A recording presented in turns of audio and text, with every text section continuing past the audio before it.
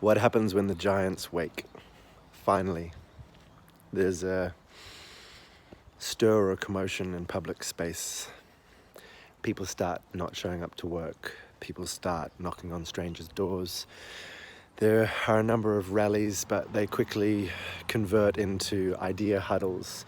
There's a massive recalibration of economics. People start being honest about the resources they have access to.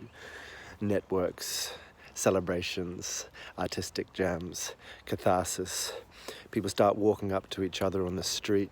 Little inklings that we've always had at the back of our head start to be the spurs that help us to engage, to say those things that have been murmurs at the back of our heads, which we've all kept mute. And as we start to hear that shimmer echo all around us throughout our suburbs and cities, we all of a sudden start to add and amplify that signals, like we are ping stations in which this relay race of awakening can take place. And we are not racing, but we are settling, we are grounding. We are feeling the power as we allow our feet to actually anchor, because so many of us have been alienated and feeling like we're not from here, feeling like something's wrong, but it's because we haven't brought our song to this choir.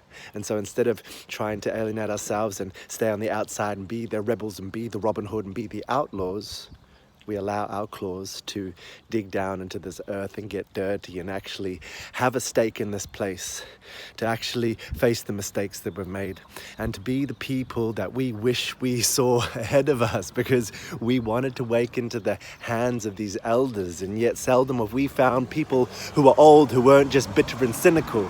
And of course they were, because they led lives just like us, as soldiers and housewives and factory workers and perverts in the dark who were trying to allow that fire out in some way beneath the cloak of normality and mediocrity. And so we were lost in these cities, and we were lost in the forests, because we decided to walk out of society and be alone and try and commune with the divine through some kind of aspiring one-person choir. And yet now we are finding that these giants can no longer be defiant alone.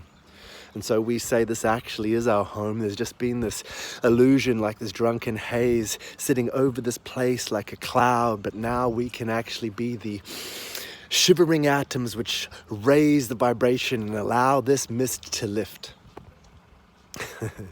This is what happens when giants awake, when that one eye breaks open and we start to give up on going home. We start to allow our hearts to break instead of trying to hold them together with sellotape. We allow the deep belly moans and womb songs to muddy the waters with the blood of all of the atrocities that we forgot to take ownership of, because these were the stillborns, the lifeless, these ideas and these connections, these beautiful words and songs and creations and ways that we could be, that never got birthed because we didn't think Earth deserved it. It's just a canvas. This vista, this expanding horizon is just a possibility. And when giants wake, that's when we make of it what it could be. That's when we start to build these cities into something that can feel like home. And we don't have to walk off into the sunrise or sunset depleted and defeated.